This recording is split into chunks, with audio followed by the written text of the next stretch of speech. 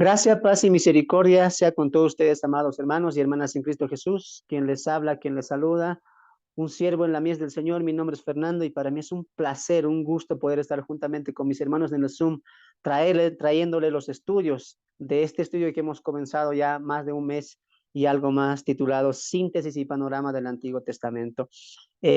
Hoy llegamos al inicio, al comienzo de un nuevo libro. Y hasta aquí, para todos los que hemos estado en el Zoom, todos los que hemos estado en los estudios, ha sido un placer para nosotros poder compartir con ustedes cada estudio que estamos viendo hasta el día de hoy. Vimos Génesis, vimos Éxodo, vimos Levítico, y aunque lo hemos visto tal vez no tan profundo, pero hemos resaltado puntos claves que nos van a ayudar a ti y a mí en un profundo estudio, si Dios quiere así más adelante lo podamos hacer, ¿no? Así que sin más, bienvenidos a Introducción al libro de Números. Vamos a comenzar siempre eh, tratando de poder resaltar puntos importantes para que nos pueda ayudar en el desarrollo de estos días o estas reuniones que van a tomar el libro de Números. Así que sin más, bienvenidos. Hemos empezado Génesis, el Levítico hemos acabado y comenzamos el libro de Números. Números, recuerden que sigue siendo parte de la Torah, ¿no?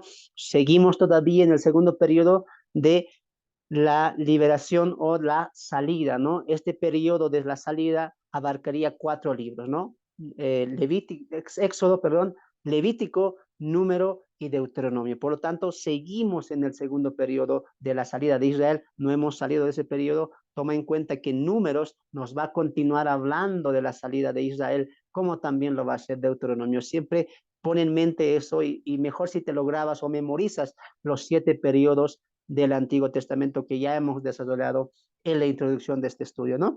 Así que vamos a comenzar con introducción a Números. Ojo, esta es una introducción, nada más, es algo que se va a dar de lo que se viene, hermanos. Ya a la siguiente vamos a explayarnos un poco más. Recuerda que esto es solamente introducción al libro de Números. Bienvenidos.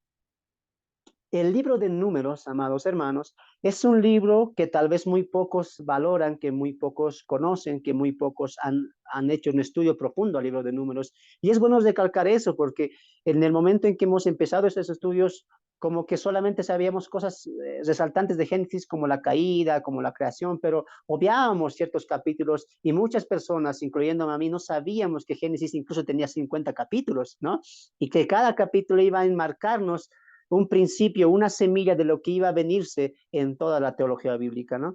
Y veíamos también Levítico y nos quedábamos asombrados, muchos de aquí de mis hermanos decíamos, tanto había en Levítico, yo pensé que solamente eran sacrificios, ofrendas y rituales y todo ese tipo de cosas, pero no, Levítico nos estaba enseñando, incluso en la última parte, en el anterior video, vimos que nos estaba apuntando a un juicio final que ya Apocalipsis se marca bien. Entonces, nos damos de cuenta que menospreciar o tal vez tener en desestima libros del Antiguo Testamento es para nuestro mal, es para nuestro tal vez desaprovechamiento espiritual, ¿no? En cuanto a la palabra de Dios. Y lo mismo pasa con Números. La gente o los hermanos saben que el libro de Números está dentro del Pentateuco, dentro de la Torá, dentro de la Biblia, pero muy pocos lo estudian, ¿no? Tal vez por el nombre, ¿no? Lo dicen números, pero ¿a qué se refieren números? ¿Por qué números? Va a hablarme de numeritos, de matemáticas, ¿de qué hablan números, no? Entonces empecemos por el nombre, ¿les parece? ¿Por qué se le colocó el nombre de números? Números se le colocó a este libro, al tercer libro de Moisés, al cuarto libro, perdón, por los 2 censos que va a haber dentro de este libro, ¿no? En el libro de Números hay 2 censos y como saben ustedes, el censo es aquella enumeración que se le hace a las personas que viven en determinado lugar o determinado país. En este caso va a haber 2 censos a la nación de Israel a pies del monte del Sinaí, ¿ya? El primero y el segundo va a ser en Moab, que ahorita vamos a entrar en ese detalle. Entonces, ¿por qué se le llaman números? Mayormente por los 2 censos. Ahora, quiero que entiendas una cosa. Te lo dije en la introducción, pero siempre vuelvo a repetir para aquellos que son nuevos también. Números se le coloca en la versión de la Septuaginta, ¿no? Cuando se le hace la traducción griega. Recuerda que la primera Biblia o el primer canon era hebreo, completamente hebreo, en idioma hebreo para hebreos. Pero cuando se hace la traducción de la Septuaginta, se le coloca los nombres que ahora vemos. Por ejemplo, Génesis en la Biblia hebrea no es Génesis. El primer nombre del primer libro es Bereshit, que es en el principio. Ahora toma atención a esto porque tienes que entender esto, ¿no? Tienes que entender que nuestra Biblia es una traducción que ha pasado ya por muchas fuentes y también por muchas correcciones que ha habido a lo largo del tiempo. Ahora, en el tiempo cuando se hace la Septuaginta, recuerda que en ese tiempo estaba, perdón, predominando el idioma griego. No es como en el día de hoy, en nuestro mundo actual, el idioma que predomina mundialmente es el inglés. Tienes que saber inglés para incluso abrirte puertas a otros lugares. Lo mismo que es el inglés para nosotros, era el griego para ese entonces. Por eso se traduce la Biblia al griego, conocida como la tradición de los 70 o la Septuaginta. Ahora, cuando pasa esta traducción de la Septuaginta del hebreo al griego, se le colocan nombres a los libros, incluso el orden ha cambiado en la Septuaginta. Como les digo, cada libro tenía el nombre de la primera frase que aparecía en el libro. Por ejemplo, les decía Génesis, ¿no? ¿Cómo empieza Génesis? En el principio creó Dios. Entonces el libro, ¿cómo se llamaba? Bereshit, que significa en el principio. Lo mismo pasa con Éxodo, lo mismo pasa con Levítico y lo mismo pasa con Números. La primera palabra que aparece o la primera frase que aparece en Números es, habló Jehová a Moisés en el desierto. Entonces, así es como se titulaba el libro en hebreo, ¿no? En el desierto, ¿no? Ahora lo conocemos por números, ¿por qué? ¿Por qué les dije? Porque nos va a hablar de los dos censos que hizo Moisés a la nación de Israel. Entonces, ahí un poquito para que tú vayas averiguando acerca del nombre y la traducción, incluso te puedes averiguar un poquito más de la traducción de la Septuaginta, ¿ya? Vamos al punto número 2, el propósito. Números nos cuenta la preparación del pueblo para la conquista y toma de Canaán. Y eso es cierto, ¿no? En Números vamos a encontrar la preparación del pueblo. Recuerda una cosa ahí. Hemos visto desde el Éxodo que Dios va a ir preparando al pueblo, porque cuando entrábamos al Éxodo, ¿te acuerdas? Cuando ya Moisés estaba sacando al pueblo, uno se preguntaba y decía, pero ¿por qué Dios les está llevando por el camino más largo? ¿Por qué no están yendo por el camino corto? Y dice el texto en Éxodo que el camino corto les iba a tomar, exagerando, 7 días llegar a Canaán. Pero recuerda que la travesía que están pasando desde el Éxodo y aquí en Números se va a cimentar más, es una preparación para el pueblo, para preparar el corazón, el carácter y la conducta del pueblo. Por eso del Éxodo pasamos a Levítico, donde Levítico le va a dar ordenanzas para preparación y conducta cuando llegue a Canaán. Entonces tú tienes que ver una cosa.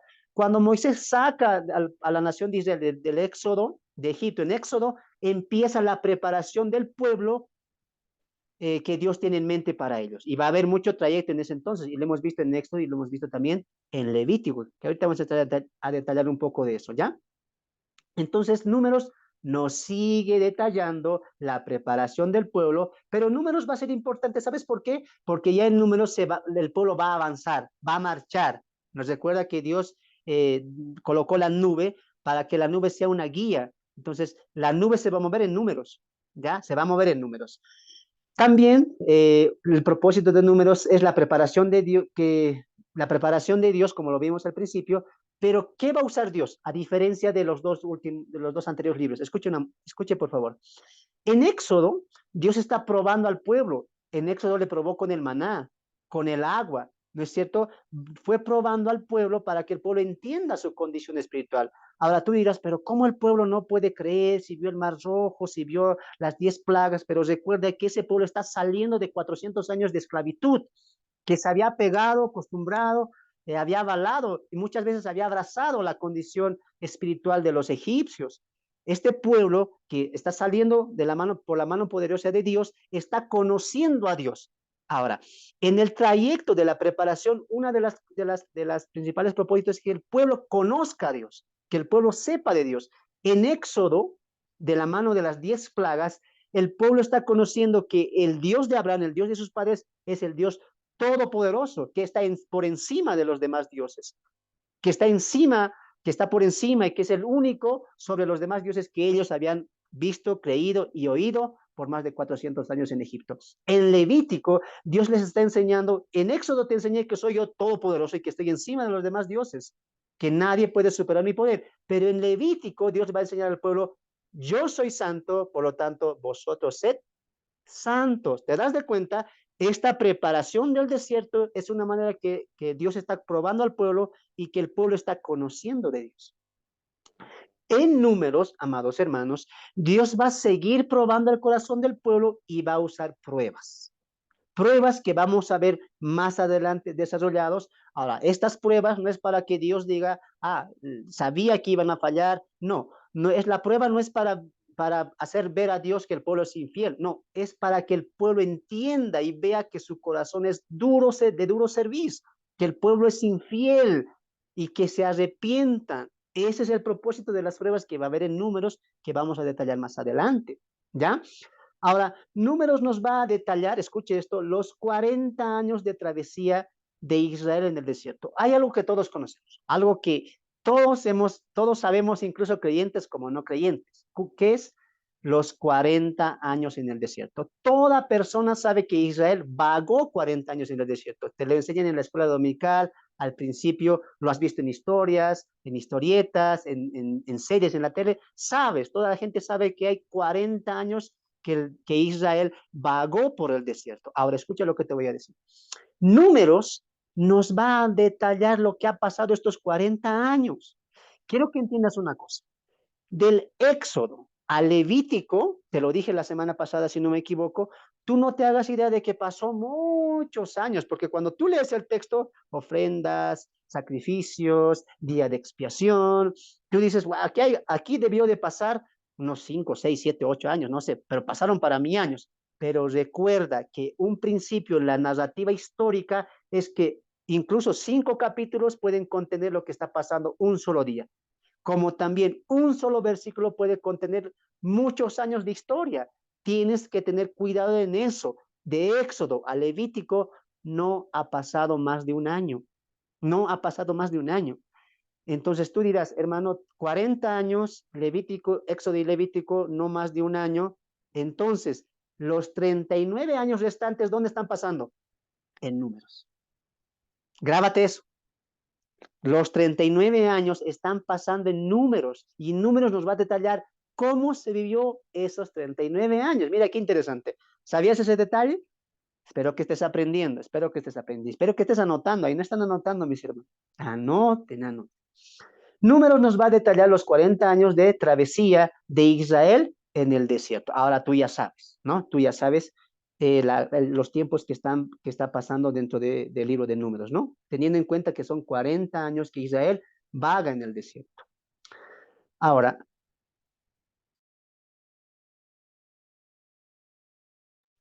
vamos a otro punto, al punto número 3. Hemos visto el nombre, hemos visto el propósito, algunos puntos claves, y vamos a ver el punto número 3, que es el escritor, ¿no? Sin duda, el escritor es Moisés, lo hemos ampliado básicamente mucho en Introducción al Pentateuco, he aportado algunos textos donde el mismo Jesús avala que el Pentateuco, la Torá, fue escrito por Moisés. Ahora, cuando lleguemos a Deuteronomio, tú puedes decir, hermano, hay medio que ve una contradicción, porque en Deuteronomio, Moisés detalla su muerte. No puede ser él porque está muriendo. ¿Quién escribió eso? Y te expliqué esa vez que hablé de la introducción al Pentateuco que los últimos versículos del Deuteronomio fue eh, un añadido de sabios, de judíos, de israelitas que estaban ahí sometidos. Y dentro de ellos estaban los líderes que se van a ir levantando en Números y Deuteronomio. Obviamente Moisés no pudo escribir su muerte, fueron sabios que fueron argumentando sobre la muerte de Moisés, ¿no? Tú tienes que entender muy bien eso, pero ya gran cantidad de Levítico, Éxodo, Génesis y Números fue el escritor Moisés, de eso no hay duda. Entonces el escritor es Moisés. ¿Dónde? En el Sinaí, ¿no? Números cuenta con 36 capítulos y quiero que notes atención en eso, porque por ejemplo, en el Nuevo Testamento, cartas tan importantes las que hay, de todas las que hay, una es las escritas epístolas del apóstol Juan, ¿no? Por ejemplo, su primera epístola tiene 5 capítulos y en los 5 capítulos tú puedes encontrar vasta riqueza, vasta riqueza. Es la misma intención que tú tienes que venir al Antiguo Testamento. Cuando en el Antiguo Testamento vemos 50 capítulos Génesis, vemos Levítico, vemos Éxodo, vemos ahora Números con 36 capítulos, tú tienes que hacerte la idea que ahí hay mucha riqueza. Y no menospreciar Éxodo, Génesis, etcétera, sino verlo como una gran riqueza que contiene 36 capítulos. Wow, es basta el estudio que vamos a encontrar ahí, como hemos visto en nuestros títulos de los anteriores libros de Moisés, ¿no? Entonces, tiene 36 capítulos, números, no olvides eso también, ¿ya? 36 capítulos que vamos a ir detallando a lo largo de este estudio. Punto número 5, la conexión con los anteriores libros de la Torah, ¿ya? Así que alisten ahí sus bolígrafos, sus lapiceros, sus cuadernos. Conexión con los anteriores libros de la Torah, aunque creo que tengo algo acá que creo que podemos hacer juntos, ¿ya? Sí, creo que lo tengo, vamos a hacerlo juntos.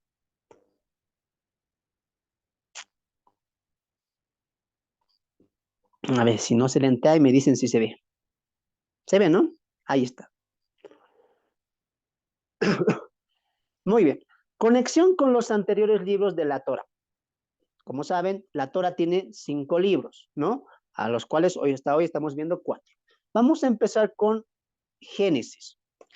En Génesis, Israel es, anote ahí, vamos a anotar conmigo también, elegida, ¿ya? Vamos a colocar con otro colorcito esto. En Génesis, Israel es elegida.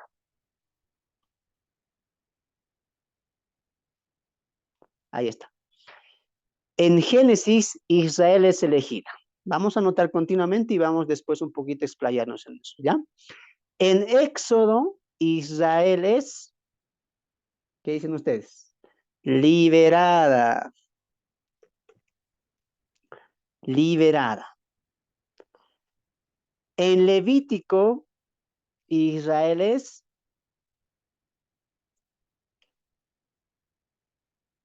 santificada. Y en Números, Israel es castigada. Ahí. Vamos a colocar con otro colorcito para que podamos toditos ahí distinguir y ustedes también puedan anotar, ¿ya? Ahora sí. Ahí. Anoten, anoten.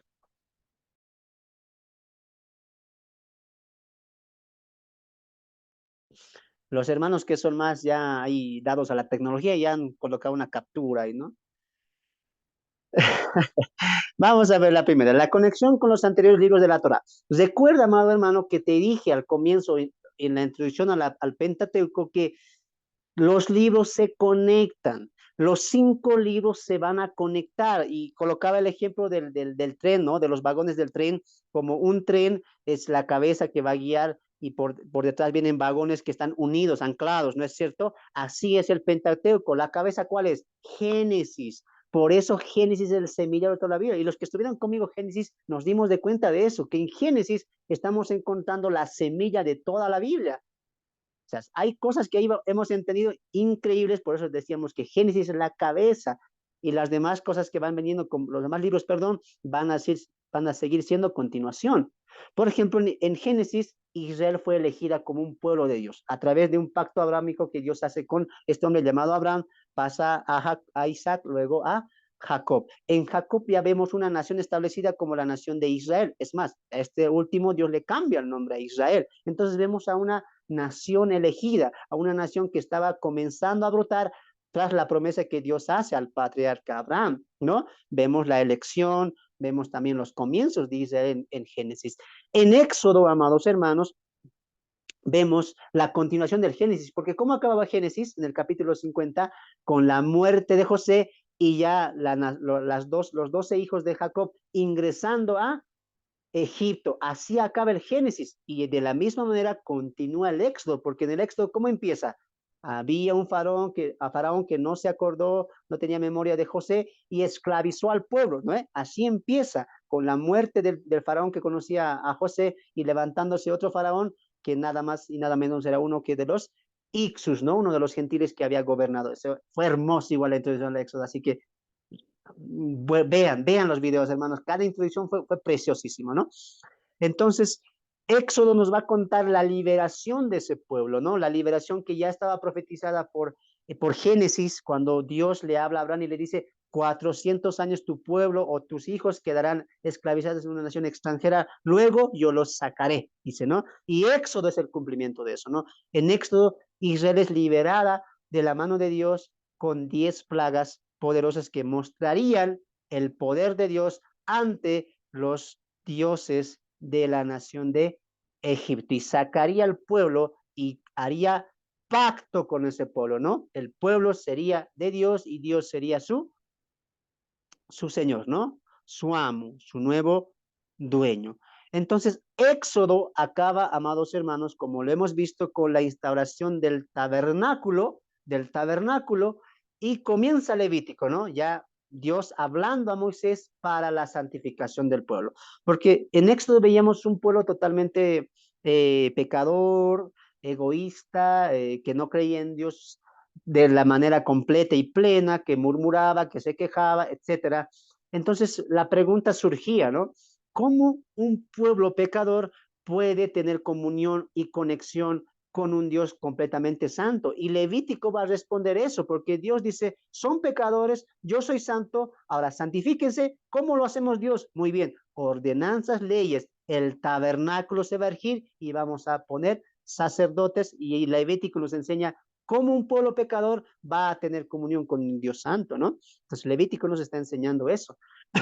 Ahora, Levítico, amados hermanos, acaba con dos puntos importantes. La obediencia, el premio a la obediencia y el castigo, la retribución a la desobediencia. Dios está diciendo en la preparación del pueblo hacia Canaán, les estoy dando mi orden, hice pacto con ustedes, les proveí maná, les proveí agua. Esta es una preparación para sus corazones, para cuando ustedes ingresen a la tierra prometida. Incluso les da ordenanzas, les da las 7 fiestas de Israel, etcétera.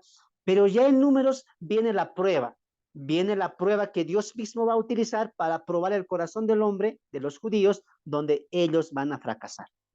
Por eso en números la nación es castigada. Recuerda la rebelión de Coré, recuerda también que en números mucha gente va a morir por el castigo de las serpientes. Recuerda también que en números los 10 espías contradicen la voluntad de Dios, dudan de Dios y el pueblo va a morir. Moisés hace eso y Dios castiga con 40 años de vagar en el desierto. Entonces, te das de cuenta que en números de muchas maneras Dios va a probar el pueblo y en todas el pueblo va a fracasar, va a fallar y Dios va a retribuir con castigo. Ahora, ojo que en Éxodo y en Levítico Dios había ya dado advertencia contra la rebelión, contra la incredulidad, contra el desánimo, contra la murmuración, pero aún así el pueblo continúa murmurando, pecando, yendo contra la voluntad de Dios y Dios pone un punto final en números.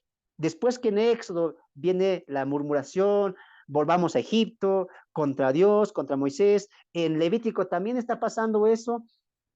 Dios dice, en números pongo un punto, castigo, retribución, muerte de la primera generación. Por eso en números vemos el castigo de Dios a la nación de Israel. Muy bien, espero que hasta ahí hayamos entendido la conexión de la Torah. Y tú dirás, pero hermano, aquí falta Deuteronomio, ¿no? Pero es interesante porque Israel en números, ¿cómo acaba? Con leyes, aún mandamientos que se atribuyen, pero le dice, la primera generación ya ha muerto, va a ingresar la segunda generación y en Deuteronomio le va a hablar a esa segunda generación, ya que va a ingresar a Canaán después de la muerte de Moisés y tras el liderazgo de Josué, ¿ya? Entonces ahí dejamos eso por hoy, la conexión. Entonces vemos ahí la conexión de los anteriores libros. Date de cuenta, amado hermano, que se conectan. Nunca leas de manera separada, dividida. Ten en cuenta que el libro de la Torah, la ley, tiene un solo pensamiento, una sola hilación, una sola línea, y tú tienes que ver esa línea como un todo, muy bien, que está aportando a la teología bíblica. Vamos a ver ahora el punto número 6, cómo leer números. ¿Cómo leer números? Alguien dirá, sí, leyendo una, dos, tres. No, me refiero al libro de los números, ¿no? ¿Cómo leer números? Vamos a ver el primer punto, es que es cómo no leer. Así que atentos por favor acá. ¿Cómo no debo leer el libro de los números? Número uno, buscando historias interesantes. Si tu propósito y tu meta es ir a Levítico, Números, Génesis, Éxodo y buscar historias bonitas que puedas contar a los demás, no estoy diciendo que eso sea malo, pero eso no tiene que ser la manera de cómo estudiar y leer números. No tiene que ser de esa manera. Tampoco tienes que ver a números como un libro aburrido. Si a la primera yo te digo, hermano, un mes para leer números, date tiempo, léelo, examinalo, repasalo y tú dirás, números, qué aburrido, qué flojera. Entonces, si lo estás viendo así, te vas a perder lo que de la riqueza que va a tener números. Nunca veas a números como un libro aburrido. Y eso no se ha tocado palpar a mí, a mis hermanos, en el libro de Levítico. El que les habla, el mismo que expuso Levítico pensaba que Levítico era ofrendas, sacrificios, rituales, pero cuando vimos Levítico nos quedamos asombrados y es como que Dios nos dio ahí eh, una, una reprimienda, ¿no? Cómo despreciamos Levítico y personalmente algún día quisiera volver a Levítico y estudiarlo de manera profunda. Entonces, números no tenemos que verlo como un libro aburrido, historia, no, no lo veamos así, veámoslo de otra manera, ¿no? Tampoco, amados hermanos, tenemos que simplificarlo a los censos, porque muchas personas saben, el tema central de números es el censo, pero no es solamente es el tema central. Recuerda que aunque sí números aplica a los dos censos, dentro de eso hay una gran historia de 39 años. Imagínate eso. Tú no pienses que Moisés escribió solamente para detallar los censos. No, tú tienes que tener en mente cómo Dios está inspirando este libro y revelando a Moisés el libro de los números para que podamos entender mucha verdad de la teología bíblica. Por eso, como Levítico, números nos va a abrir grandemente la mente. Pero ahora, ¿cómo si debemos leer números? ¿Cómo si debemos leer el libro de los números?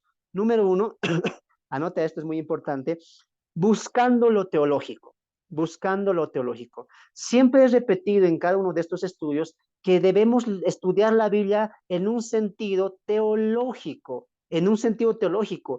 centrado en Dios, eso significa, ¿no? Centrado en Dios.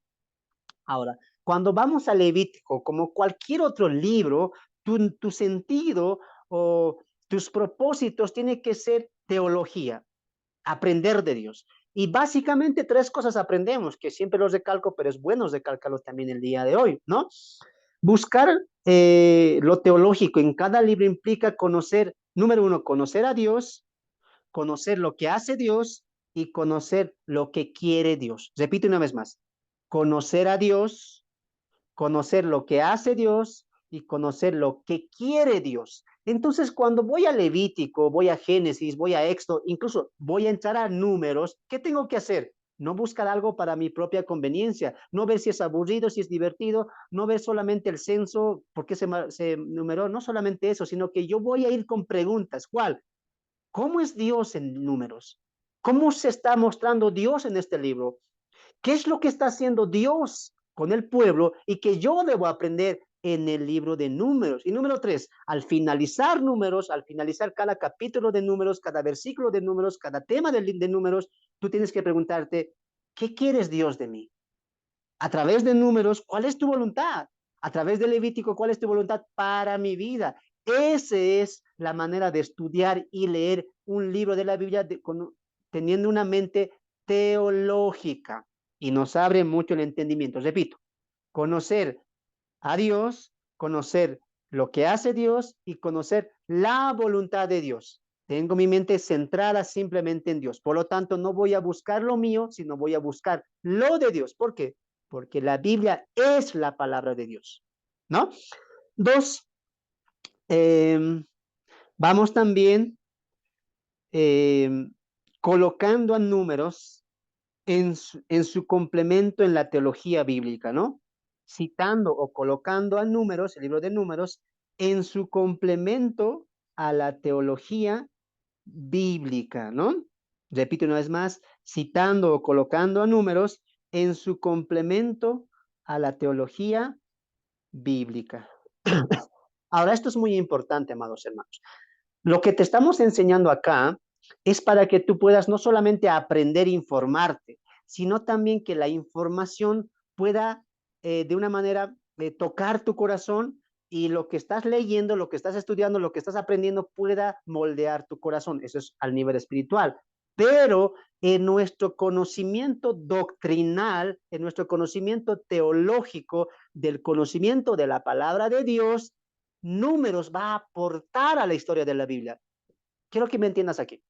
La Biblia, amados hermanos, es una historia, la historia de Dios.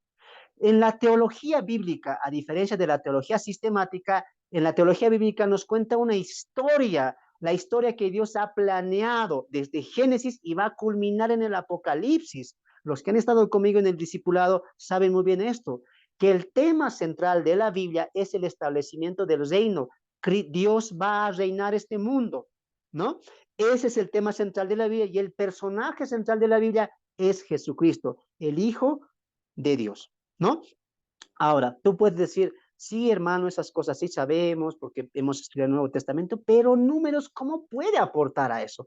Recuerda que aunque tenemos más de 40 autores que escribieron la Biblia fue escrita solamente por el Espíritu Santo, por lo tanto, uno es su autor y el autor es divino, y ese autor está narrando una historia en la Biblia, y números es parte de esa historia, por lo tanto, tú y yo al momento que estamos estudiando el Antiguo Testamento, no solamente tenemos que sacar cosas aplicativas, que son buenas, sino también madurar nuestro conocimiento doctrinal, cómo Números está aportando a la historia de la Biblia, al mensaje central de la Biblia y cómo está mostrando al personaje central de la Biblia. Porque Números, aunque Cristo nos ha mencionado de manera literal, Cristo está en Números y tu trabajo y mi trabajo es encontrar a Cristo, porque él mismo lo dijo en San Juan 5:49, toda la escritura habla de mí. Por lo tanto, Números nos va a aportar al tema central de la Biblia y al personaje central de la Biblia. Pero ¿cómo puede pasar esto en Números? Porque en Números, ¿qué dijimos? Que es parte de la preparación, que es parte de la preparación. Ponme atención a lo que voy a decir. En Números, amados hermanos, tres cosas van a pasar que te lo voy a detallar más adelante, pero pon atención. Uno es la preparación. En Números, Dios está preparando el corazón del pueblo para entrar a Canaán, la preparación. Dos, en Números, amados hermanos, el pueblo fracasa, el pueblo perece, el pueblo es desobediente y tiene retribución y juicio de Dios. Y número tres, Dios escoge una nueva generación para ingresar a Canaán.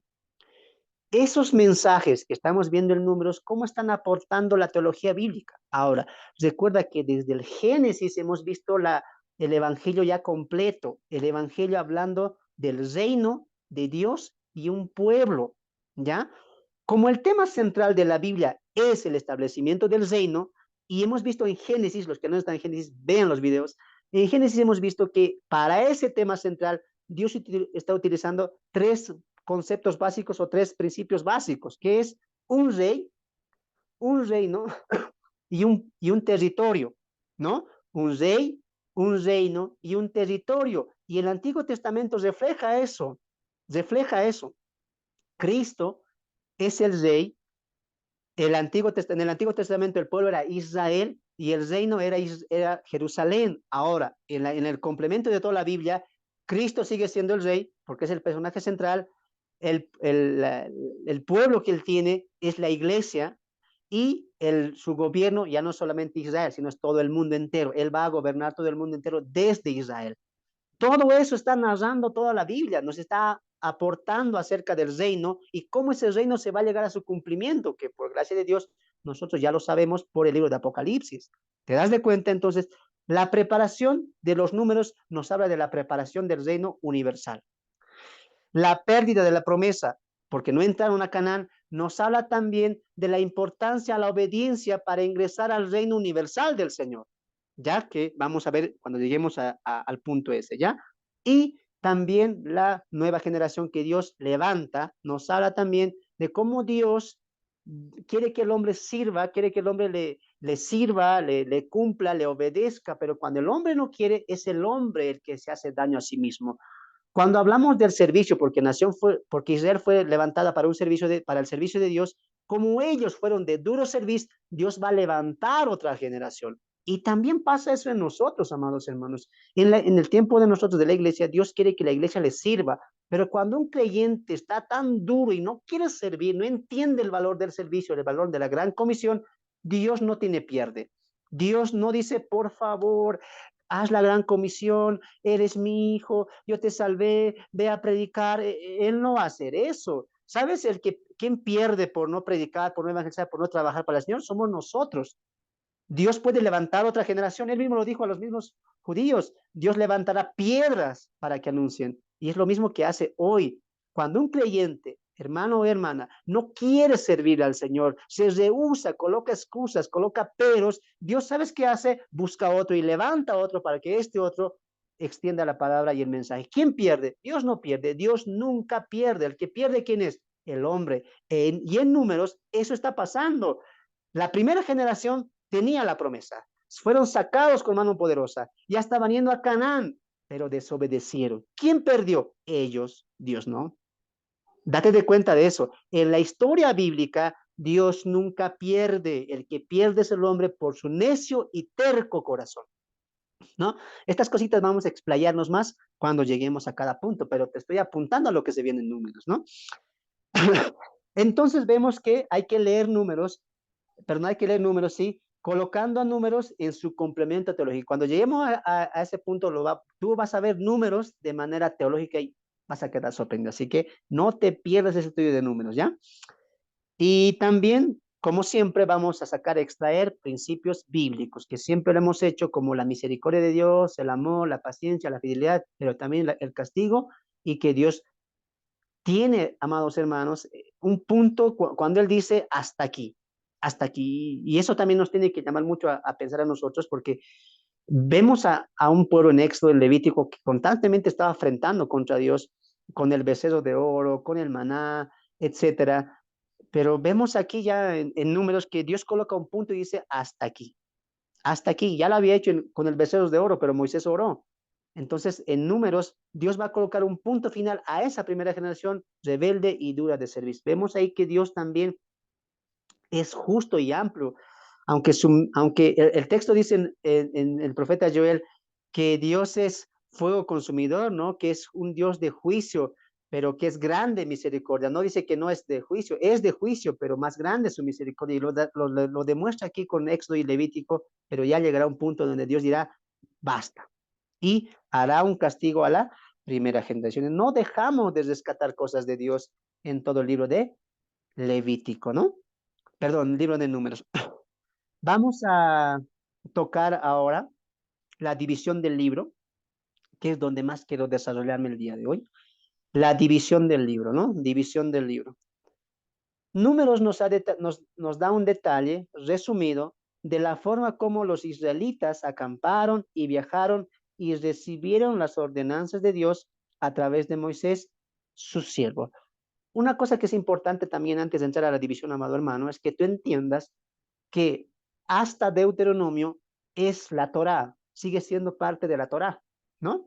Entonces tú tienes que entender una cosa, como Torá es ley, instrucciones, ordenanzas, números, Dios sigue va a dar ordenanzas, sigue va a dar leyes. Así que no te extrañes que en Deuteronomio Dios siga dando leyes. ¿Por qué? Porque son parte de la Torah. ¿Ya? Dios, cuando acaba el Deuteronomio, ahí se da todas las instrucciones de la Torah o de la ley mosaica. ¿Ya? Entonces, Deuteronomio nos va a narrar eso, ¿no? El viaje, cómo acamparon, el tabernáculo, etcétera. Ahora, hemos dividido en tres partes el libro de números que fueron los escenarios donde se va a desarrollar el trama de números. Quiero que me pongas atención y quiero que entiendas también por qué he hecho esta división así. ¿Ya?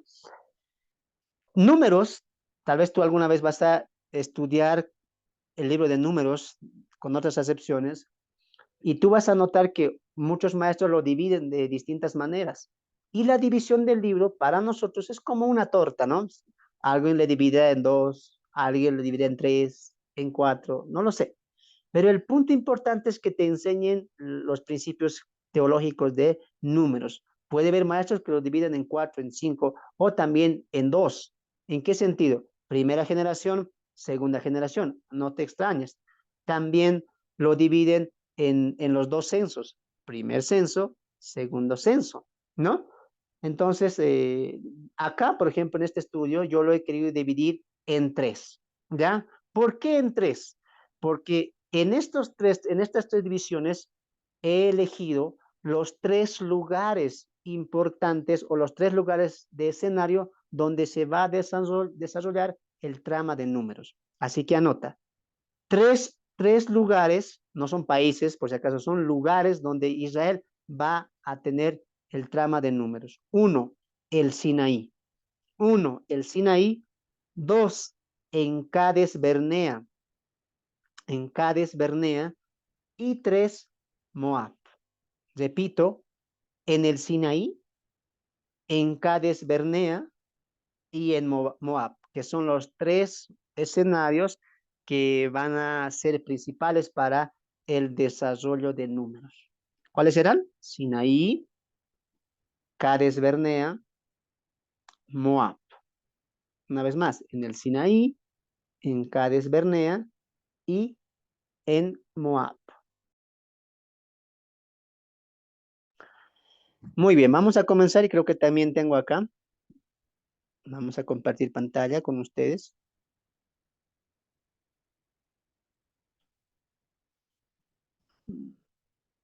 Ahí está. Acá está. Estructura y división del libro de números. ¿Ya? Ahí los que pueden anotar, anoten, y los que puedan sacar una fotografía, sáquenlo. ¿Ya? Vamos a detallar esto. Recuerda que estamos solamente en la introducción. Te estoy narrando, contando de manera resumida lo que vamos a ver en todos estos estudios. ¿Ya? Entonces, si partimos del propósito de números, veríamos que números nos va a enseñar en la travesía de los 40 años de Israel en el desierto, producto de la desobediencia y la incredulidad del pueblo. Por eso decíamos que en números Israel es castigado, porque vemos constantemente tropiezos de Israel y Dios está castigando todo eso, ¿no? Tú puedes decir, pero hermano, también hemos visto castigo en Éxodo, hemos visto también castigo en Levítico, sí, pero en números Dios está poniendo un punto final a esa primera generación. Eso tienes que tomar muy en cuenta, está poniendo un punto final y Dios dice, esta primera generación va a perecer 40 años. ¿Quiénes van a entrar? Los hijos, la segunda generación. Y esto es algo, como alguien diría, es algo tal vez sarcástico, ¿no? Porque, ¿cuál era la queja de los de la primera generación? ¿Cuál era la queja? Ellos decían, Moisés, para esto nos ha sacado, para esto Dios nos ha sacado, para que muramos aquí nosotros y nuestros hijos. Siempre esa fue la queja.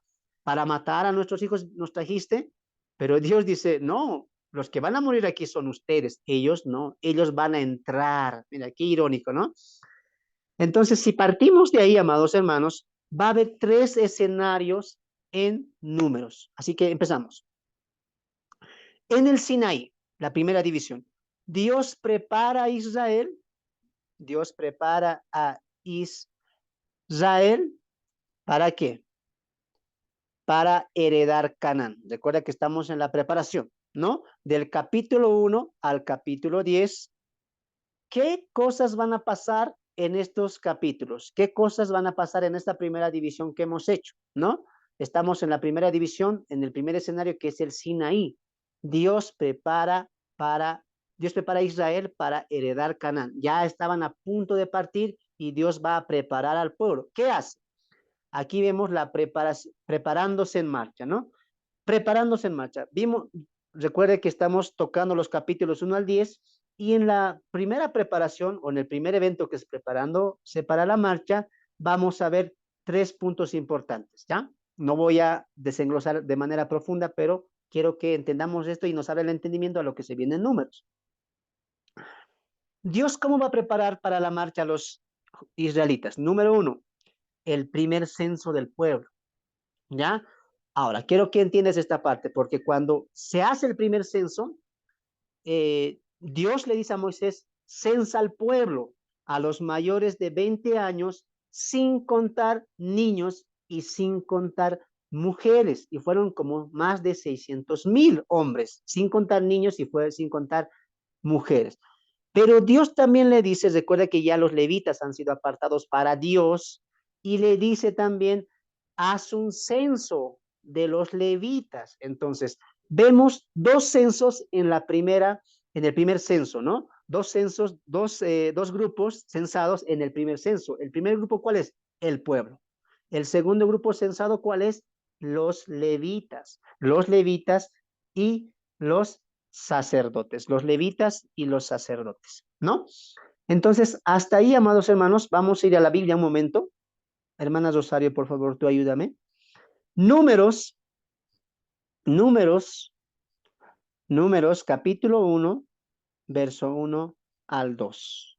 Números, capítulo 1, verso 1 al 2. Números, capítulo 1, verso 1 al 2. Adelante, hermanita. Amén. Habló Jehová a Moisés en el desierto de Sinaí, en el tabernáculo de reunión, en el día primero del mes segundo, en el segundo año de su salida de la tierra de Egipto, diciendo: Tomad el censo de toda la congregación de los hijos de Israel por sus familias, por la casa de sus padres, con la cuenta de los nombres, todos los varones por cabeza. Amén. Gracias, amada hermana. Ahora, pongan atención nada más porque recuerden, vamos a desarrollar puntos importantes, que esto es todo lo que vamos a ver en estos días de estudio, amados hermanos. ¿Por qué Dios le dice censa al pueblo? Ahora, recuerda que ya están por partir. Ahora, Dios había sido muy claro con ellos, incluso desde Abraham, les había dicho que ya la tierra prometida, Canaán, ya estaba tomada. Por lo tanto, había que ir sí o sí con guerra, con batalla. Por eso le dice, censa a los mayores de 20 años, a aquellos que pueden ir a la guerra, le dice, ¿no? Ojo que esta es la primera generación que está saliendo de Egipto. Cénsalos, anuméralos. Muy bien, Moisés hace eso, pero también Dios le dice, censa y enumera a los sacerdotes y levitas. Ahora, quiero que entiendas una cosa muy importante en esto, porque cuando hablamos de levitas, en Levítico hemos visto que la tribu de Leví estaba ya apartada para Dios. No hay duda de eso. Sí, pero hablando del sacerdocio, solamente fue para la casa de Israel. Y uno se pregunta y dice, ¿y los demás levitas podían ser sacerdotes? La respuesta es no. Los sacerdotes tenían que ser levitas, sí, pero no todos los levitas eran sacerdotes. Eso grábate muy bien. Los sacerdotes tenían que ser levitas, pero no todos los levitas eran sacerdotes. Ahora, en el Levítico hemos visto la consagración de los sacerdotes, ¿no es cierto? Y en Números vamos a ver la consagración de los levitas, ¿ya? ¿Qué significa esto? ¿Por qué Dios le dice anumera a los levitas? Porque Dios quiere que Moisés tenga en contaduría cuántos levitas hay, porque ya los va a distribuir. Recuerda que ya van a partir y ya se ha levantado y edificado el tabernáculo que se va a consagrar en Números y les va a dar tareas a todos los levitas. ¿Qué función van a cumplir? Aislándolo ya de los sacerdotes. Esa es la intención del censo de los levitas. Como la intención del censo era para prepararlos para la guerra del pueblo, la intención del censo de los levitas era para prepararlos para el servicio de manera distintiva en distintos ministerios para la consagración del tabernáculo y del servicio de Dios. ¿No es cierto? Entonces, ¿cómo Dios prepara en esta división? Estamos acá, en la preparación para la marcha. ¿Cómo Dios prepara? Aquí estamos. Número uno, Dios está censando al pueblo, va a censar a los levitas y posteriormente Dios va a dar tarea a todos los levitas. Dios les va a dar tarea. Y para esto, amados hermanos, los levitas van a ser consagrados, en especial de una de las familias, de una de las cabezas. El nombre era Coat, uno de los levitas. Ponme atención porque quiero que entiendas para cuando lleguemos a esta parte y tu mente acepte lo que vamos a ver en Levítico. Recuerda que de la tribu de Levi había un hombre llamado Aarón, por el cual nacen los sacerdotes. Pero va a haber otro hombre de la misma tribu de Leví llamada Coat, donde Dios va a decir, todos estos van a ser levitas solamente ayudantes de los sacerdotes. Y a estos levitas de esta tribu se les va a consagrar como fueron consagrados en Levítico los sacerdotes. Es decir, en Levítico, consagración, entrega, purificación de quién? De los sacerdotes, y en Números, consagración, purificación, lavamiento de quién? De los levitas. ¿Para qué? Para servir toda la tribu en el tabernáculo. ¿Ya? Por eso en Números les va a decir, haz esto, tú haz esto, hagan lo otro, ayuden en esto, sométanse a Aarón. Todo eso se va a detallar en la preparación antes de la marcha. Estamos en esta parte, preparándonos para la marcha. Ahora, pasamos a lo siguiente, reglas del campamento. Recuerde que estamos en la etapa de la preparación, está preparando Dios.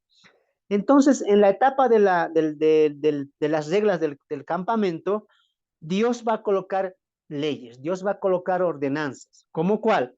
La de los leprosos, la de los leprosos.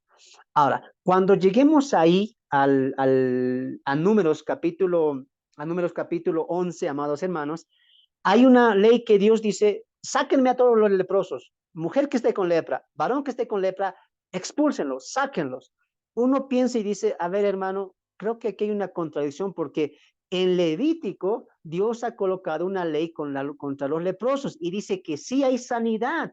¿Y por qué llegan Números y dice, sáquenlos? Lo que tú tienes que entender es que como en Números se está preparando al pueblo, Dios le está diciendo, si va a haber un leproso, si va a haber una mujer que esté con lepra, ese sáquenlo del pueblo, ese aíslenlo, no es que lo están votando, lo están sacando de la nación, no, está hablando de que ese leproso tenía que ir a curarse a un lugar llamado, tenía nombres esos lugares, pero era como una cuarentena. Ese hombre o esa mujer no podía volver al pueblo, a la nación o a las tiendas, tenía que estar aislado. Para eso, en Números, el pueblo va a designar sitios, lugares donde los leprosos van a vivir, y uno de esos lugares va a ir su hermana María o Miriam, ¿ya? Por eso tenemos que entender mucho lo que se está viendo en Números, ¿ya? Cualquier detalle va a ser importante para eso. Ahora, otra de las reglas del campamento va a ser también las reglas sobre los celos, ¿no? Los celos que conocemos, de eso se los está hablando. Dios le dice, si un hombre tiene celos de su mujer, voy a parafrasear para que entiendan, y hermanos, cuando lleguemos ahí va a ser más clarito, pero voy a parafrasear.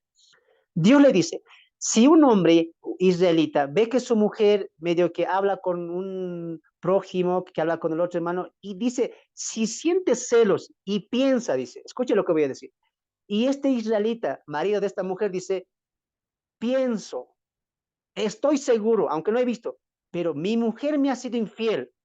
Mi mujer ha tenido relaciones sexuales con aquel hombre que le he visto. Estoy parafraseando para que entiendas, por si acaso. Le he visto con este hombre y creo, pienso, estoy seguro que ella me ha sido infiel. Entonces Dios dice, qué interesante, porque Dios dice, muy bien, vamos a resolver esto. ¿Cómo?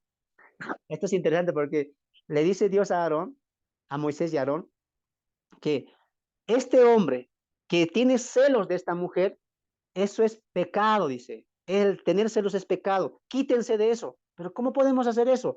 Trae a tu mujer, le dice. Trae a tu mujer ante el sacerdote y el sacerdote va a hacer un ritual donde va a haber al final un aceite, ¿ya? Esto, porque la mujer, si ha sido infiel, no va a confesar. No le va a decir al esposo si te he sido infiel, ¿no? Entonces ahí va a entrar la justicia divina. Dice Dios al sacerdote, úngele con este aceite y le dile a la mujer, si realmente no has sido adúltera, no has sido fornicaria y no has tenido relaciones sexuales con otro hombre que no sea este tu marido, este aceite va a ser para purificación, limpieza de este espíritu de celos, dice el texto. Lo contrario, dice, si has tenido relaciones sexuales, si has sido infiel a tu marido, este aceite va a ser maldición. Tu barriga se va a hinchar, te van a salir algunas úlceras y vas a morir. Mira, wow, qué interesante, ¿no? Y ahí están los varones. Debería de haber ese aceite el día de hoy. Pero no, así era en el tiempo de la ley, ¿no? No había, mira cómo Dios es tan estricto. Tú puedes pensar, pero hermano, este tipo de rituales es algo que uno puede pensar y decir, no es mucha cosa para algo tan poco, no, es que Dios está purificando al pueblo, eso tú tienes que entender. Dios está purificando al pueblo y está enseñando reglas y normas, y los celos también es un pecado. Cuando lleguemos ahí vamos a entender bastante, ¿ya? Entonces, hay reglas. Antes de salir, ¿qué le dice? Prepárense, censos, tareas, ¿qué más? Reglas. Leprosos, afuera a sanarse. Hombres y mujeres con celos, hagan esto. Mira, Dios sabía, ahora tú pensarás, pero hermano, ¿por qué Dios habla del celo? Porque recuerda que están saliendo a otra nación, que van a conocer otras naciones. Es un pueblo que estaba 400 años solamente en Egipto. Va a conocer varias naciones. Y puede haber mezcolanza, mezcolanza que Dios ya había prohibido en el Éxodo y en Levítico. Por eso Dios está recalcando un poco más. Ahora, ¿qué va a haber también? Va a haber también ahí la celebración de la Pascua. La celebración de la Pascua. Atiéndeme esta parte, por favor. En Números se está celebrando la Pascua, pero tú puedes decir, hermano, ¿acaso eso no se ha hecho en Levítico, en el capítulo 23, cuando hemos visto las 7 fiestas de Israel? Hemos visto que ahí estaba la Pascua. Sí, pero está como ordenanza. No lo están haciendo. En Números se está cumpliendo la Pascua. Atienda, por favor. Por lo tanto, amados hermanos, en Números ha pasado un año. ¿Recuerdas eso? La ley del capítulo 23 de Levítico le dice a un año vas a cumplir, a la fecha que tú has cumplido la Pascua. ¿Se acuerdan que han cumplido la Pascua allá en Egipto? ¿Se acuerdan de esa escena? Cuando pintaron los dinteles y le dijo, esto harás cada año en memoria de mí, etcétera. Y aquí en Números se va a celebrar la Pascua, porque ha pasado recién un año. Por eso te dije, Éxodo y Levítico no ha pasado más de un año. En Números se está cumpliendo un año de la salida de Egipto y van a celebrar la Pascua. ¿Dónde está eso, hermano? A ver, vamos a leer. ¿Ya? Números, números, números, capítulo 10, perdón, capítulo 9. Capítulo 9, verso 1 y 2, hermana Rosario, por favor. Números capítulo 9, verso 1 y 2. Amén. Habló Jehová a Moisés en el desierto del Sinaí en el segundo año de su salida de la tierra de Egipto, en el mes primero, diciendo: los hijos de Israel celebrarán la Pascua a su tiempo. Amén. Subraya, por favor, esta parte cuando dice, habló Jehová a Moisés en el desierto del Sinaí. ¿Dónde están? En el Sinaí, nuestra primera división. En el segundo año de su salida. ¿En qué año están? En el segundo año. ¿Qué mes? ¿Qué mes dice ahí? El primer mes del segundo año. ¿Te das de cuenta? No ha pasado más de un año entre Éxodo y Levítico. Y aquí en Números recién se está cumpliendo eso. Ahora sí, es momento de la celebración de la Pascua. Y Dios, antes de partir, al pueblo le está diciendo, hey, celebren Pascua, ya ha llegado el tiempo, háganlo. Y el pueblo celebra la Pascua que Dios ha instituido, colocado y demandado en Éxodo y lo va a certerar y lo va a cimentar en Levítico capítulo 23. Mira cómo se nos sale el entendimiento, ¿no? Incluso de los tiempos. Por eso es muy bonito estudiar la Biblia en panorama, ¿ya? Entonces, vemos también todo eso en la dedicación del tabernáculo que estamos acá ahorita. Tercero, dedicación del tabernáculo, aquí, ¿no? Recuerda que estamos en la primera división, Sinaí, preparación del pueblo. Dedicación del tabernáculo, se celebra la Pascua, se consagra a los levitas y también se ofrecen las ofrendas para la dedicación del templo o también del tabernáculo, ¿no?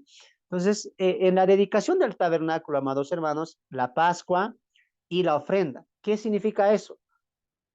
En Éxodo, perdón, en Levítico ya el tabernáculo estaba erigido, pero ya faltaba el comienzo de los planes o del trabajo ministerial que se tenía que llevar ahí. Y es más, Dios les va a indicar cuando avancen cómo tiene que ser, quién va a llevar tal cosa, quién va a llevar los utensilios, quién va a llevar el arca. Dios todo eso va a detallar en números.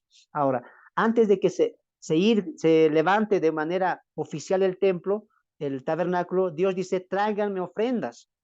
Y el pueblo va a ofrendar ganado, alimento, va a ofrendar también algunos eh, perfumes, va a ofrendar algunas telas. Y Dios le dice, todo esto es para los levitas, porque ya los levitas han sido consagrados, como no tenían trabajo, tenían que vivir del pueblo. Por eso, amados hermanos, no solamente hay un diezmo en la Biblia, hay varios diezmos y los levitas, perdón, los judíos ofrendaban aparte del diezmo, daban a los levitas. Y uno de esos va a ser la ofrenda para la dedicación del templo, que también va a ser constante, ¿no? Pasamos aquí a lo cuarto. Dirección divina a Canaán. Dirección divina a Canaán. En esta cuarta escena, perdón, vamos a ver tres cosas. Uno, las dos trompetas de plata. ¿Qué es eso? Dios le dice a Moisés, Moisés, haz dos trompetas. Y recuerda lo que hemos hablado en la fiesta de las trompetas. ¿Para qué era? Para anunciar un año nuevo, pero también se tocaba el shofar para la preparación del pueblo. Por eso Dios le dice, prepárate dos trompetas de plata, y le dice Dios, cuando toquen las dos trompetas juntas, todo el pueblo que se reúna en el tabernáculo, a las puertas del tabernáculo. Pero cuando se toque solamente una trompeta, solamente los sacerdotes y líderes vienen. O sea, había distinción de toques, por eso Pablo en Corintios dice que un toque es para preparación, para alerta y todo eso, ¿no? Recuerda siempre eso. En la Biblia, el shofar, la trompeta, tenía varios propósitos en su sonido o en su alerta, ¿no? Entonces, estas dos trompetas de plata, Dios principalmente le va a hacer para reunión y decir, hora es, vamos a salir, ¿no? Y posteriormente de que las trompetas suenen, Israel levanta sus carpas, levanta sus tabernáculos, sus tiendas y parte del Sinaí, ¿no? Parte del Sinaí y la nube se mueve. La nube se mueve y ellos parten. Ahora, en este periodo, amados hermanos, por favor anoten ahí, no le podía anotar aquí. En este primer periodo del Sinaí, ¿cuánto tiempo ha pasado? Un mes. Anote ahí. Anote, hermano, no lo estoy viendo anotar. En el Sinaí, ¿cuánto tiempo pasa? Un mes, nada más. Todo esto, la preparación para la marcha, las reglas del campamento, la dedicación del tabernáculo, la dirección divina, la construcción de las dos trompetas de plata, todo esto, un mes está pasando. ¿Ya? Ahora, seguimos con la segunda división. Segunda división. En Cádiz, ¿ya? En Cádiz Bernea. En Cades Bernea. No es una ciudad, no, es un lugar nada más. Es un lugar donde va a llegar el pueblo después de irse del Sinaí, ¿ya? Irse del Sinaí. Ahora, ¿qué pasa en Cádiz? El pueblo pierde el derecho a la herencia. El pueblo pierde el derecho a la herencia, lo que te dije al principio, ¿no? Preparación, pérdida de herencia y nueva generación, ¿no? Esas tres cosas estamos viendo también. El pueblo pierde su herencia y van a pasar cuatro cosas también importantes que vamos a detallar cuando lleguemos a esos capítulos. Los capítulos son del 11 al 21, acá está, los capítulos son del 11 al 21, del 11 al 21, y la primera escena que pasa son las quejas y el derramamiento del Espíritu Santo. Ahora, ¿cómo llega a esta parte Israel? ¿Cómo llegan los judíos? Preparados por las reglas, la dedicación, los levitas consagrados, también ya la nube se había movido, pero cuando hacen su parada en Cades, Bernea, el pueblo se empieza a quejar. ¿Y cuál es la primera queja? Carne, carne. Estamos cansados del maná, que maná para esto, que maná para lo otro, que maná esto, cansados del maná. ¿Qué quiere el pueblo? Ah, carne. ¿Y Dios qué les da? ¿Alguien sabe con qué tipo de aves les alimenta?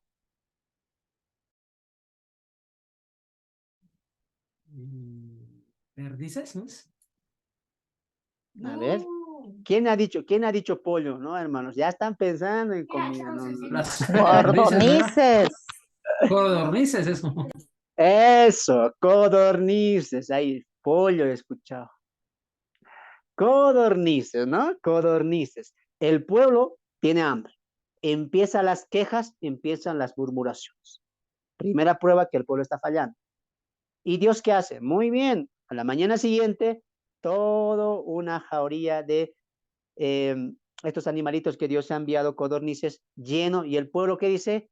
Se sacia. Y es increíble porque hasta Dios dice, les voy a dar tanta carne que van a salir carne por sus oídos, dice el texto. Entonces, no veamos acá las codornices tanto como bendición. Vamos a verlo como castigo a la incredulidad del pueblo. Ahora, no solamente esto va a parar ahí, porque posteriormente a esto empieza dos cosas. Mira, qué importante va a ser esto. A partir de esta queja, de este murmuramiento que empieza a la entrada de Cades Bernea acerca de la carne, empieza a maquinar el corazón de los israelitas y se va en dos sentidos, en dos hombres muy importantes dentro de Números. Este hombre llamado Coré. Coré empieza a murmurar contra el liderazgo de Moisés y se va a voltear contra la elección sacerdotal de Aarón. Empieza a ganar adeptos. Entonces el pueblo ya empieza a murmurar. Por eso te dije, no veas como bendición las codornices, velo como castigo, porque Dios sabe que de ahí está empezando la raíz de la murmuración. Está empezando la raíz de la murmuración en Coré, Natán y compañía, pero también mira, la murmuración va a venir por parte de Aarón y por parte de su hermana Miriam. Ahora, quiero que entiendas algo, a ti que estás aquí en la introducción de números, algo muy importante en números, hermanos, que Dios va a condenar, que Dios va a mirar con desprecio, es la murmuración. Y producto de la murmuración, muchos males van a venir a Israel en números. Por eso tú entiendes que producto de esta murmuración, tanto Salomón como el salmista van a hablar acerca de la lengua, van a hablar acerca de hablar del prójimo, tanto que en Proverbios se nos diría que 6 cosas aborrece Jehová y muchas de ellas es acerca de la lengua. Y esto no va a cambiar, porque en el Nuevo Testamento tenemos todavía principios acerca de la murmuración y acerca de no dominar completamente la lengua. O sea, que este pecado que está cometiendo el pueblo sigue, avanza. Por eso el Nuevo Testamento también pone importancia a la murmuración y la condena. ¿Por qué? Porque este pueblo murmuraba tremendamente. Punto muy importante ahí para que notes, murmuración en números es clave como el pecado que Dios va a condenar. Ahora, seguimos acá. Se queja el pueblo entero, empiezan las murmuraciones y la confabulación contra el liderazgo de Moisés y Aarón por parte de Natán y Coreb. Empieza también la murmuración en el corazón de Miriam y Aarón. Dios frenaría eso y castigaría a Miriam con una enfermedad. Mira, está empezando ya el pueblo a ir mal. Llegando a Cádiz, ya han salido del Sinaí, ya han llegado a Cádiz y el pueblo empieza a hacer eso. Ahora, dice ahí que también va a haber un derramamiento del Espíritu Santo. Dios le dice después de la incredulidad de todos estos hombres, después de que también el pueblo empieza a murmurar, Dios le dice a Moisés que levante líderes de las 12 tribus y sobre estos líderes ancianos va a venir el derramamiento del Espíritu Santo que va a tener una importancia teológica con Pentecostés con Hechos capítulo 2, lo que ha pasado en Pentecostés. Así que no te pierdas números, que nos va a abrir el entendimiento incluso al derramamiento del Espíritu Santo que va a aportar a la teología de la soterología. Ya está hermoso, hermano. Si te está dando ganas de estudiar, a mí igual, a mí igual. Ahora, en la segunda escena, vemos aquí, hemos visto las quejas y el derramamiento del Espíritu Santo en Cádiz. Vemos aquí, amados hermanos, la rebelión de los 10 espías y el castigo a la primera generación. Ahora, ponme atención acá. Cuando llegan a Cades, Moisés, ¿qué hace? Aparte de que ha levantado líderes y ancianos para poder gobernar juntamente con ellos a las tribus, porque eran muchos, muchos hombres, Dios le dice que mande espías y de cada tribu elige uno, incluidos Caleb y Josué. Sabemos la historia completamente. La tarea de ellos, ¿cuál era? Ir a observar, a estudiar y traer información de la tierra, porque ya estaban a puertas de Canaán, ¿ya? Los dos se van, dice el texto que tardaron 40 días, a la vuelta, 10 de los 12 espías tienen un mensaje al pueblo de dureza, de dudas, de desconfianza y de temor. Tanto que dicen, no vamos a poder. Es imposible entrar a esas naciones. No vamos a entrar. Aquí vamos a morir. Ese es el mensaje de los 10 espías. Contrario al mensaje de los 2 espías, que son Caleb y Josué, que dicen, Dios lo va a hacer. Dios nos los prometió, en su fortaleza lo vamos a hacer, como en Egipto Él nos sacó, así Él nos entregará la tierra que prometió a nuestros padres. Por este mensaje que dan estos espías, el pueblo se contamina de incredulidad. El pueblo empieza a renegar y murmurar completamente contra Moisés y contra Aarón, tanto que Dios le dice, no es contra ellos, es contra mí la murmuración. ¿Por qué no creen que yo les daré? Yo se los prometí. El pueblo rechaza abiertamente la oferta de Dios, está rechazando. Y eso es lo importante en la teología, amados hermanos, que más allá de que digan, es imposible, no vamos a poder, los israelitas de la primera generación están rechazando la herencia, están rechazando ese derecho que ellos tenían. Por eso en Cades Dios les quita, pierden la herencia prometida a los patriarcas, esta primera generación. Ahora, cuando pasa todo esto, Dios quiere fulminar, exterminar al pueblo, a todos, pero intercede Moisés y Aarón orando como lo hizo Moisés allá en el becerro de oro en Éxodo. Así también intercede y Dios perdona al pueblo, pero por Moisés y Aarón, pero no el castigo está. Y ahí Dios determina, 40 años va a vagar este pueblo, esta primera generación. Solamente sus hijos van a entrar. Y en estos 40 años, esta generación que ha sido censada en el primer censo tiene que perecer. ¿Dónde está eso? Vamos a Levítico un momento, a ver nuestras Biblias. Alguien puede, perdón, números. Sigo en Levítico, hermanos, sigo en Levítico. Vamos a Levítico capítulo 14. Miren, sigo Levítico. Números capítulo 14, ahí hermanita Rosario, por favor. Números capítulo 14. Números capítulo 14, verso 27, 28, 29 y 30. 27, 28, 29 y 30. Adelante con la lectura. Ahí Dios está castigando a la primera generación. Amén. ¿Hasta cuándo oiré esta depravada multitud que murmura contra mí las querellas de los hijos de Israel de que se quejan? Diles, vivo yo, dice Jehová, que según habéis hablado a mis oídos, así haré yo con vosotros. En este desierto caerán vuestros cuerpos todo el número de los que fueron contados de entre vosotros, de 20 años arriba, los cuales han murmurado contra mí. Vosotros a la verdad no entraréis a la tierra por la cual alcé mi mano y juré que os haría habitar en ella, exceptuando a Caleb, hijo de Jefone, y Josué, hijo de Nun. Pero a vuestros niños, de los cuales dijiste que se irían por presa, yo los introduciré y ellos conocerán la tierra que vosotros despreciáis. En cuanto a vosotros, vuestro cuerpo caerá en el desierto, en este desierto, y vuestros hijos andarán ¿Hasta cuál, hermano? Hasta ahí está bien, gracias. Perdón, amén. No, está bien, hermana, porque ahí detallaste lo que quise tocar, ¿no? El castigo a la primera generación. Y note que Dios no les dice, por tu incredulidad, no les dice, murmuraron, han despreciado mi pacto, han despreciado mi herencia. Por eso ahí el pueblo está perdiendo el derecho a la herencia que Dios ha prometido. Ahora, lo irónico es que ellos tanto se preocupan por sus hijos que sus hijos van a entrar y ellos no van a entrar. ¿Cuánto tiempo? 40 años. 40 años.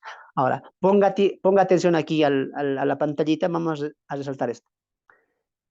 Como en el Sinaí, acá, en todo este periodo, el primer periodo, ha pasado un mes, en Cades el pueblo va a estar 39 años. Varado, perdón, en Cades, ahí va a estar 39 años. Por lo tanto, en este lugar llamado Cades, que el pueblo desobedeció, etcétera, el pueblo se va a quedar ahí. 39 años de historia, imagínate, entre el capítulo 11 y el capítulo 21. Espero que estés entendiendo. Ahora, estos 39 años lo vamos a detallar cuando lleguemos a este periodo, pero en estos 39 años, amados hermanos, tres cosas importantes también van a pasar. Uno, el agua de la roca. ¿Qué escena? La más conocida que todos sabemos de la historia de Moisés. Moisés golpea la roca, no hace lo que Dios le dice, y Dios se enoja contra Moisés y Aarón. Sabemos la historia, ¿no? Está pasando, ¿dónde eso? Aquí, en los 39 años que están parados en Cades, está pasando eso, ¿ya? ¿Qué más pasa en estos 39 años? Aarón muere. Aarón muere y queda en el sacerdocio su hijo Eleazar, ¿ya? Está quedando ahí. ¿Qué más pasa en estos 39 años? Mucha gente muere por su incredulidad, tienen guerra contra Moab, pero hay el castigo de de las serpientes ardientes y el mástil de la serpiente de bronce que Moisés hace. Aquí está pasando todo eso, Números capítulo 11. Aquí está pasando eso. Y muchas cosas más que vamos a detallar cuando lleguemos a cada parte. Y está tremendo lo que se viene, hermanos, en Números. Lo cuarto que va a pasar, ya después de los 39 años, es desde Cades van a partir a la llanura de Moab. La pregunta es, ¿por qué partieron? Porque ya la primera generación muere. Ahora, tú tienes que poner importancia aquí. Por eso, amado hermano, no te pierdas estos estudios, porque tú vas a aprender mucho, porque hay un mensaje teológico en la primera generación. En la primera generación y en el final del Deuteronomio y el comienzo de Josué se nos va a detallar claramente por qué 40 años, por qué esta primera generación, más allá de su incredulidad, y qué mensaje teológico va a aportar a la Biblia. No te pierdas, amado hermano, lo que se viene en Números y en Deuteronomio, que te va a ampliar muchísimo, hermano, muchísimo te va a ampliar. Vamos a aprender ahí la muerte de la primera generación y el por qué y el mensaje teológico que incluye esa muerte, ¿ya? Desde Cádiz a la llanura de Moab, el pueblo está partiendo. Llega a Moab, tercera división, en Moab, en Moab, en Moab. ¿Alguien me dice de qué personaje desciende los moabitas? Por puntos extras.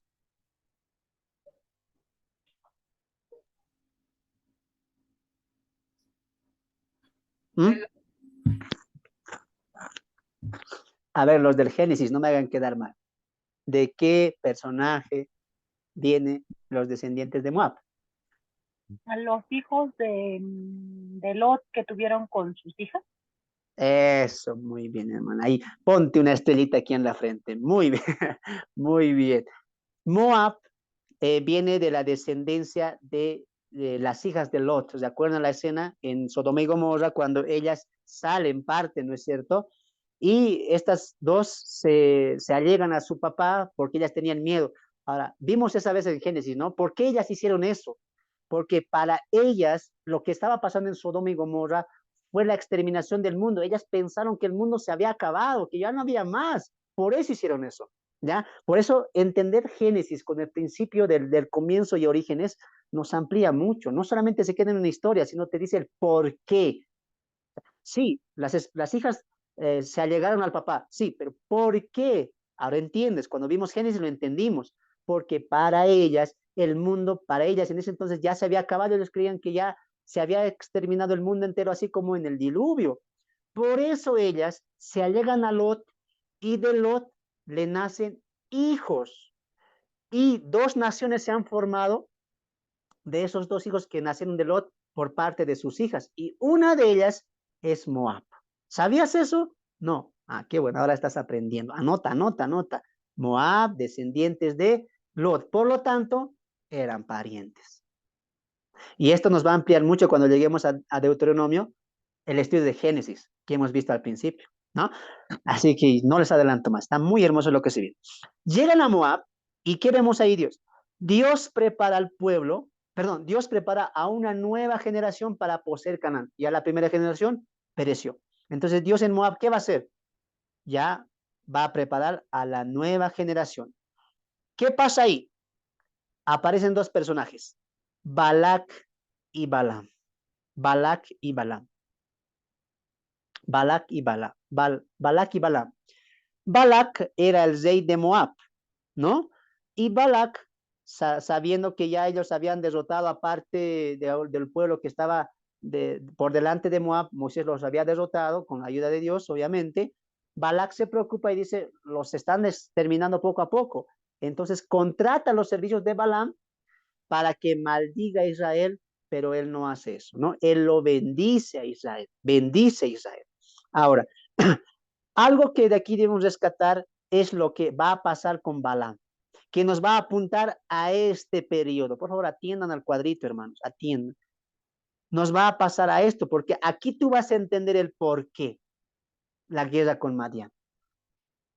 ¿Cuál era la idea de Balaam? Ya que no pudo maldecir a Israel, más bien lo bendijo y profetizó incluso que ellos iban a gobernar, iban a conquistar la tierra, profetizó incluso él.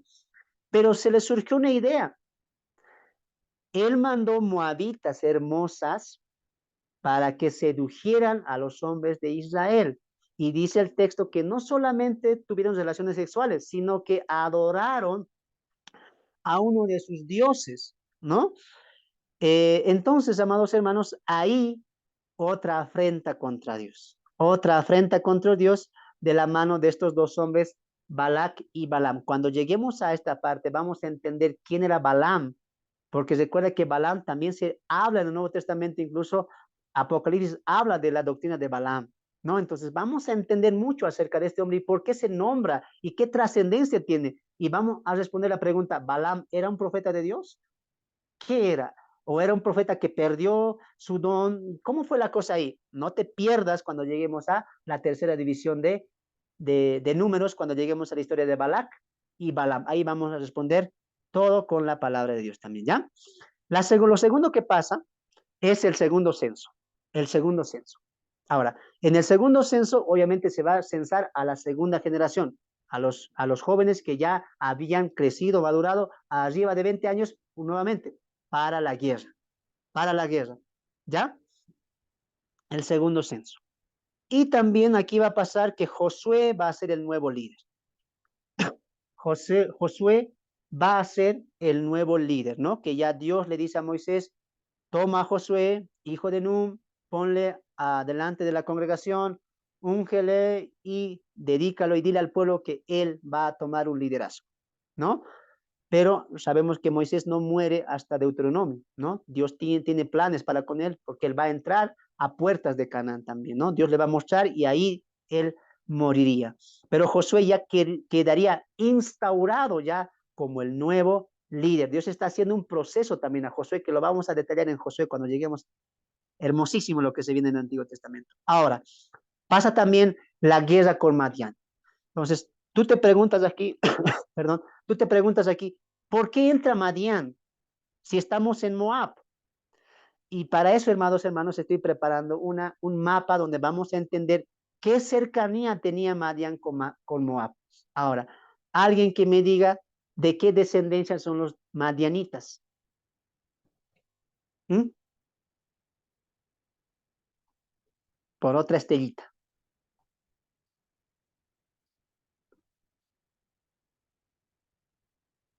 ¿Nadie?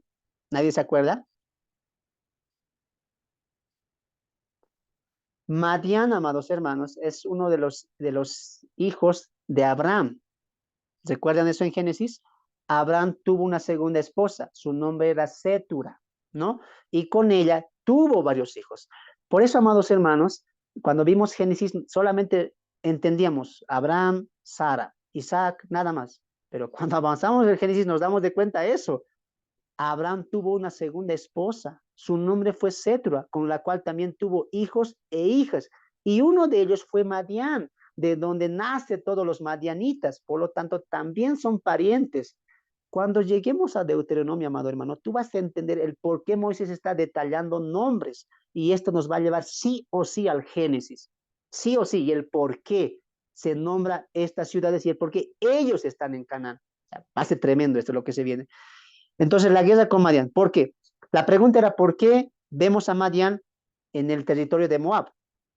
¿Qué había pasado aquí, en esta parte? Cuando Balaam le dice a Balac, manda moabitas hermosas que seduzcan al pueblo, uno de los hombres israelitas, uno de los hombres llamado Simri, trae una madianita. Yo sé que se van a acordar de esta escena. Trae una madianita, no una moabita, trae una madianita y delante, porque en ese momento el pecado del pueblo por el adulterio y la fornicación con los moabitas se había extendido. O sea, no pienses que ha sido un día y se acabó. Va a ser días. Y lo vamos a ver extensamente cuando lleguemos ahí. Pero este hombre llamado Simri trae a una mujer llamada Cosbi, que era hija del príncipe de Madián, el cual su nombre era Sur, el príncipe de Madián. Este hombre llamado Simri se acuesta con Cosbi delante del pueblo, imagínense eso, y delante de los ojos de Moisés. Ahí un hombre entra en acción, Eleazar. Eleazar y Fineas, los dos, Fineas más que todo, mata a estos dos, a la mujer y al hombre. Tenía que haber un castigo tremendo ahí, pero gracias a la intervención de Fineas, Dios hace un pacto con Fineas. O sea, ahí vamos a ver que Fineas, al matar, hace expiación también, porque Dios le dice, ha hecho remisión, ha hecho una ofrenda para cesar y calmar la ira de Dios. Los madianitas posteriormente van a ser derribados aquí por Moisés y el ejército. Madianitas que habían invadido Israel y corrompido al pueblo aquí en Balaam, con Balaam y Balac, acá recién van a ser vengados o van a morir toda la población de Madian. ¿No? Entendemos eso. Por último, dividiendo y poseyendo la tierra. En este periodo, amados hermanos, recapitulamos un poquito, en el Sinaí, un mes, en Cades, 39 años, y en Moab, aproximadamente 5 meses van a pasar. Aproximadamente 5 meses y algo más, ¿ya? Acá hemos visto todo lo que se viene ahí, pero por último se va a dividir y se va a ir poseyendo la tierra. Quiero que entiendas esta parte. Aunque en el periodo de la conquista está Josué, en Deuteronomio y parte de Números ya va a haber tierras ganadas, ya va a haber tierras repartidas. Por lo tanto, Moisés no es que no deja al pueblo con cierto territorio o parte del territorio de Canaán, no, ya había partes conquistadas, pero el eje, el centro lo va a conquistar Josué, eso tienes que entender, ¿ya? Eso vamos a verlo más cuando lleguemos a Deuteronomio y Dios le va a decir, de tal lugar a tal lugar, de tal lugar, de tal extremo a tal extremo, todo esto es tu territorio, le va a decir. Territorios que ya Moisés va a conquistar también antes de su muerte y va a dividir. Cuando lleguemos ahí, vamos a ver en qué sección estaba tal tribu, en qué sección estaba tal tribu y por qué Dios les ordenó así. Muy bien. Entonces, llegamos al final de la introducción. Espero que les haya gustado. Todo esto es lo que vamos a ver a lo largo del estudio de números, amados hermanos, ahí. Todo eso vamos a ver. Esto solamente ha sido una probadita de lo que se viene Números es un libro igual de hermoso, igual de precioso, donde vamos a aprender muchas de las muchas cosas que vemos a lo largo de toda la Biblia. Yo les animo a que tengan esa predisponibilidad de poder escuchar la palabra de Dios y de aprender. Yo sé, amados hermanos, que hoy en día, tristemente, y lo digo tristemente, los creyentes se han acostumbrado a recibir solamente leche, videos cortos, porque hoy en día con las redes sociales lo que más abunda son los TikTok, videos cortos de 10, 15 segundos o 15 minutos, donde te hablan de la fe, del amor, de la misericordia, pero los creyentes no quieren estudiar, no quieren sacrificarse. Amados hermanos, si tenemos el deseo de poder servir al Señor, tenemos que tener el mismo deseo de poder estudiar su palabra y esto implica mucho sacrificio. Para yo traerte solamente la introducción, me he pasado casi todo el día pensando en lo que voy a decir y anotándolo y estudiándolo en mente. En la calle salía y seguía pensando en lo que te voy a decir.